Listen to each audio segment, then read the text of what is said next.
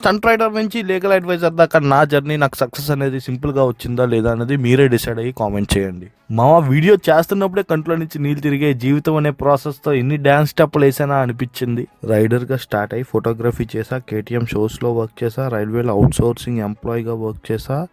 మామ రైల్వేలో టీ కప్పులు అందించిన రోజులు ఉన్నాయి, మొక్కలకు నీళ్ళేసిన రోజులు ఉన్నాయి. చాలా చీప్గా ఉండేది ట్రీట్మెంట్ అప్పట్లో. దాంతోపాటు నాకు బంపర్ ఆఫర్గా 7 years లవ్ బ్రేకప్ ఒకటి.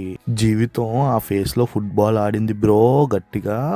అలా ఇలా కాదు, ఈ రికమెండేషన్ అవుట్ సోర్సింగ్ జాబులు మన వల్ల కాదు, ఇంకా నిజాయితీగా పోదాం, మన దగ్గర అలాగా డిగ్రీ సర్టిఫికేట్ ఉంది కదా అని WNS జాయిన్ అయ్యామావా. ఈ బ్రేకప్ డ్రామా WNS మంచి కాంబో మావా నా జీవితానికి. 7 సంవత్సరాలు అమ్మాయి చుట్టూ అయిపోయింది, ఇంకా నా మీద నేను కాన్సన్ట్రేట్ చేసుకోవాలనే వైబ్లోనే లా సెట్ రాసా.